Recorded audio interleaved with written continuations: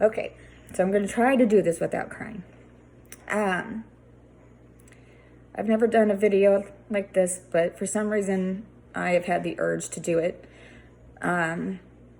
Normally I write all of my feelings, songs, poems, just a bunch of words that usually make me feel better. But this past week has been nothing short of absolute hell in my mind.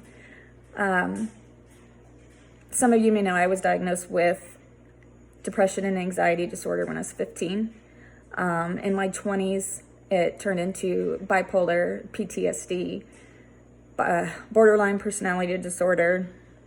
I'm not sure what else. Also suffered from cluster headaches, migraines, abdominal migraines, and now myoclonus. My whole body starts spasming at times, and restless leg syndrome. So I am a mess, but I don't like posting things written wise about myself because I don't want sympathy. That is a big thing with me. You can ask my family. I don't want sympathy. I don't want the how are you doing or what's going on, because that actually makes me angry because I just want to just leave. Well, I was living with my parents for the past couple of months while my dad was going through chemotherapy. And, you know, it was stressful, but rewarding because he went into remission. And that's just made my life. But last Tuesday, I had my neurologist appointment, and he was worried about the body spasms, myoclonus, dyskinesia. I don't know. Pretty much my body just decides to jerk around a lot, along with my restless leg. So he had me go back on my medication for my restless legs, which has helped. And the medication that he put me on for the myoclonus had some pretty nasty side effects that I was not paying attention to when he talked to me about it. And he did warn me about it, but it went right over my head. The first dose that I took was at night. And the drug's name is Keppra. I don't know if any of you know anything about it. I do now. That night I took it. The next morning, I didn't know who I was. I was the epitome of a raging lunatic in my mind. Everything made me angry. Everything made me sad. Everything made me numb to where I just couldn't feel my hands at times, trying to write and could not feel my hands. And I didn't put two and two together. I figured it was just stress. So I continued the medication. And boy, did things get worse. So I can't explain the feeling it was to not have control over my body, to not have control over my feelings, my actions, the words coming out of my mouth before I can ever think of them to even say, to realize it's not the best thing to be saying. I had decided to move back in home with my husband and son finally after 2 or so months. But that was maybe not the best time, but ultimately it did help me. I did not know who I was. I was a completely different person, and it scared me. It scared the crap out of me. I broke my phone, just everything just was constantly, would just light a match. And it wasn't until a few days later that it clicked in my mind to look that drug back up. And the first thing you see when you just type in the word Keppra is the rage drug, or Keppra ruined my life, all of this. And it's definitely not really wanting to give it to someone who has a history with mental illness, but you kind of have to, in a sense, to kind of see what works, what doesn't work. We went at a relatively low dose. Can't imagine if it would have been higher. But once it was out of my system, the body spasms came back immediately. And so that was very disconcerting. So, and normally I do not post anything about my health or anything that I'm going through because I don't want sympathy. I hate sympathy. Like I said, you ask anybody, I hate it. So, but another reason why I wanted to post a video was because for a lot of times and most of my life, I was kind of ridiculed or scrutinized because of my health, because of, not knowing day to day how it's going to be. Will I have the headache that day? Will I not? Will I be in a different mood? Will I not? Will I have any energy to want to get out? Never know. I don't plan for tomorrow. I plan for the next hour, and that's pretty much it. So I was scrutinized and criticized by people I thought were my friends, coworkers, some people, I guess, in their way of being sympathizing, they made jokes about my health. And it really got to the point where I'm just done with that. For someone to use my health as a reason to not do something when I tell you I'm good, I can do it, I want to do it. There's nothing I can do about how other people feel. I've learned I just have to focus on myself, my son, my husband, my family. And my main thing is really look into things before you decide to take a treatment. With all the medicines that I'm already on, and history, and then everything's going on now, and stress and everything, it just made it 10 times worse. But it did make the spasms go away. And of course I stopped it and the spasms came back. But I'd rather have the spasms at this point than a person that I do not know. This drug managed to bring back past events into my mind that I thought I had pushed aside, that I had gotten over, I had, moved on, brought those back, and it was just like a wave of emotions. And, my saving grace, these past couple months have been my parents. And, most of you know that my dad, and I can say this, had cancer. He's in remission. And I couldn't be happier. But during those couple months, I became a lot closer to my mom, and it made me feel real good. So now we are looking for another treatment for the body spasms, for the myoclonus dyskinesia. There's so many different words for it. And of course it has to be a anti-seizure medication, which affects a lot. The drug that they want to possibly put me on is one that I cannot whatsoever get pregnant, which is not in our plans, as most of you know. Had hard time having kids before, was blessed with Ethan, miracle. But if I take this medicine and for some reason I become pregnant, it's a class X. So I'm pretty sure you know what that means. So we're trying to steer clear of that. I can't go through another miscarriage. So the main thing at this point, I even know why I decided to do the video today, because I look a mess. I got gray hair and green hair, and obviously need to get that fixed.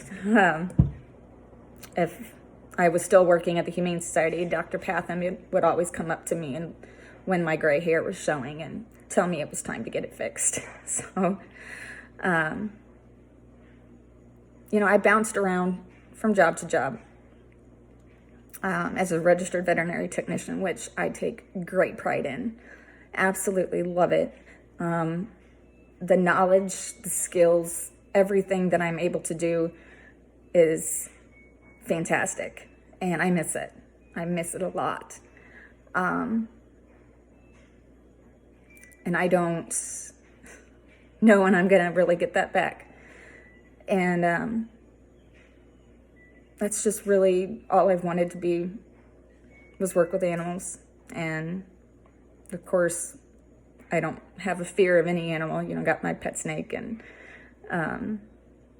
or I call her my therapy snake at times. So maybe I'll be able to take her with me some places. And one of the main things, and I know I keep saying main things, so I've learned these past couple months, don't take anything for granted. Don't take the love of your family or the love of others that they have for you. Don't take it for granted. Because you don't know when you're going to lose that. When you're going to lose a friend, when you're going to lose a family member. Don't leave any regrets. I haven't been able to 100% forget my past. I know I'll never forget, but forgiving is a little bit of a different situation. But I know that the Lord had a reason for it, and I know what that reason is now. It brought me close to a lot of people that I've been able to help and be there for. And I can't thank my parents enough, and my husband, for being so supportive through all of this. Even when my dad was going through chemo himself, he was more concerned about me than he was what was going on with him. And that's just how he's always been. That's how my parents are. That's how my whole family is. And, you just live like tomorrow's not going to come, because you don't know. And everything that has happened these few months has brought me closer, not only to my parents, my husband, my son, but to God. And he's the ultimate healer. He is the reason my dad is in remission. He is the reason that I am where I am. I may not like the things that are going on, but I know I can't change it. It's not something that I can change on my own. It's ultimately his decision. So just got to roll with the punches, and soon I'll realize, why I was put through these challenges. So basically, I just felt the urge to videotape my words rather than write them down. As most of you know, I relate everything to music, to writing, songs, just everything. So this is actually very different for me, because I don't like to talk about my situations, my past, and that kind of stuff, because I don't want to hear the criticism. I don't want to hear any of that. And that's all I've been getting at places, is just criticism. And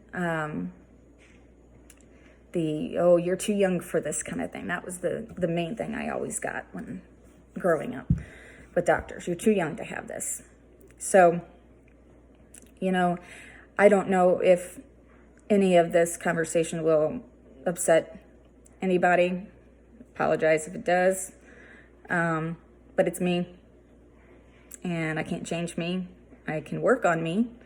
I can work on making every day the best that it can be. And every day with my family and with the love that they have given me, that the criticism and the scrutinizing, just all of that, it's time to put that away. All the petty crap that's going on is not worth it. It's not worth your emotions. It's not worth your time. It's not worth wasting part of your life over it. So starting new chapter in my life, as far as starting it a lot closer to the Lord, a lot closer to my parents, a lot closer to my husband, a lot closer to my sister. And I can't thank you guys enough. I love you so much. And I know you're always there for me. And I'm going to do it. I'm good. I'm doing good. So, definitely do not have it a hard way as anybody else. And nobody's the same when it comes to mental illness, but a lot of people don't understand it. And it's not something where you can just snap out of it or, just be happy, get out, of the house, go for a walk, go do this. It's not that simple. Unless you're struggling with it yourself. We don't like to really be telling what to do, that type of thing. And yes, medications are usually necessary. Those that don't believe in medications, yes, I'm on them. I'm on a lot. And I really don't want to see myself off of them. I have when I was pregnant. I'm not that pleasant to be around.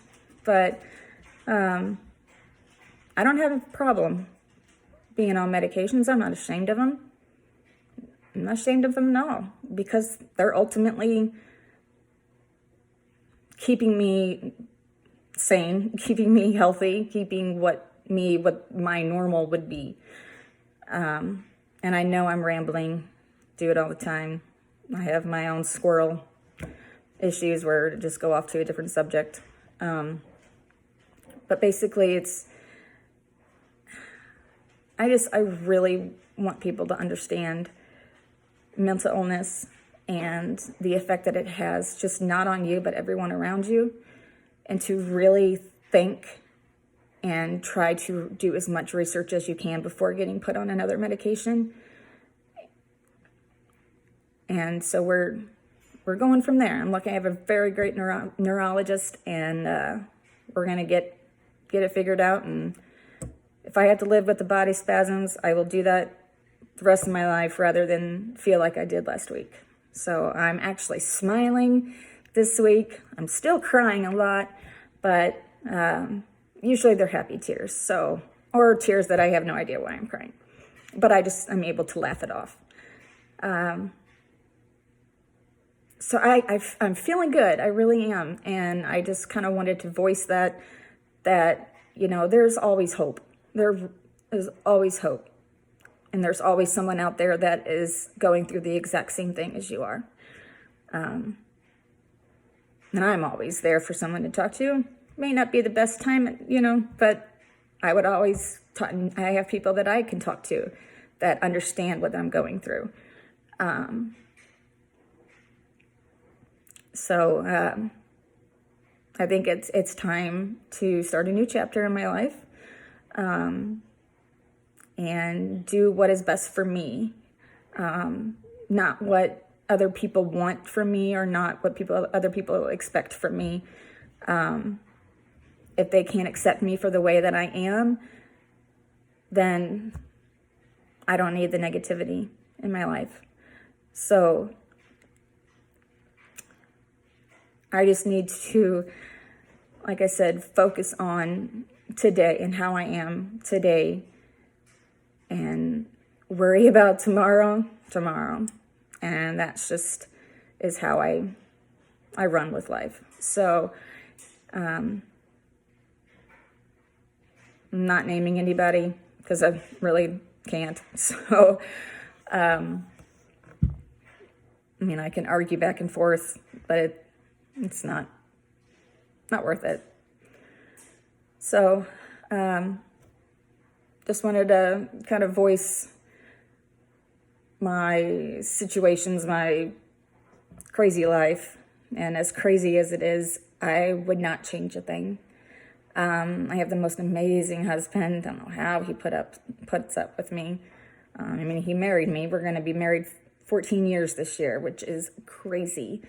When my sister only gave us 2 weeks to when we started dating.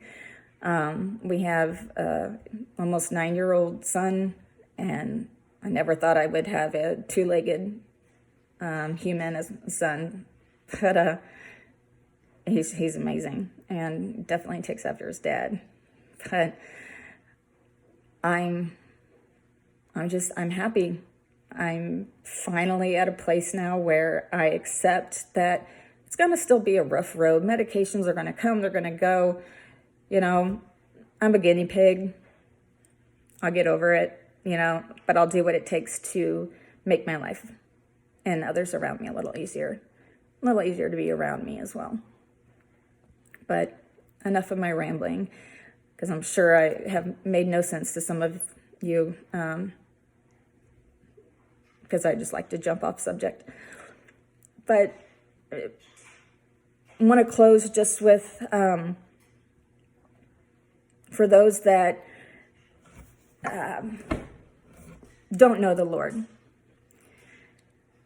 He is all powerful. He is all amazing, and He is the reason that I am here. He's the reason that my son is here. He's the reason that my dad is still here, and that he is back to the dad that we're used to, the humor, the sarcasm, all of that.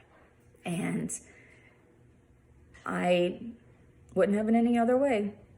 But I still will fight at a cancer center if you're not wearing your masks. So got into a nice little argument with the police officer at Barnes Jewish, but I feel good about it. I was there with my father for chemotherapy, and you may think that you're all powerful, you don't need anything, but I'll fight you on it. If you're not wearing a mask, I'll find you and I'll get it. I'll put one on you. So just everybody, thank you for everything. And Mom, Dad, Jen, Mike, love you so much. Thank you for everything. And thank you for putting up with me and for making me the person I am today, not yet last week. I'm just forever grateful and forever in your debt. So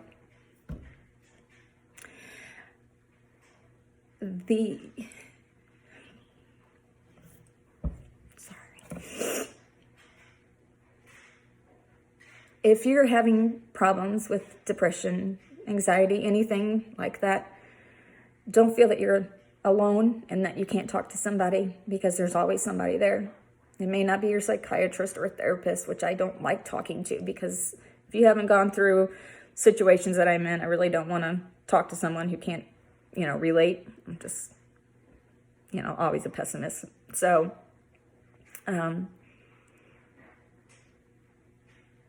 talk to someone. It does help. Talk to the Lord. He's listening. Pray every night. He'll do it. Ask and you shall receive. It may not be in the way that you want, but it is in the way that the Lord has planned it for you. So I thank you for listening to my rambling, and love you guys.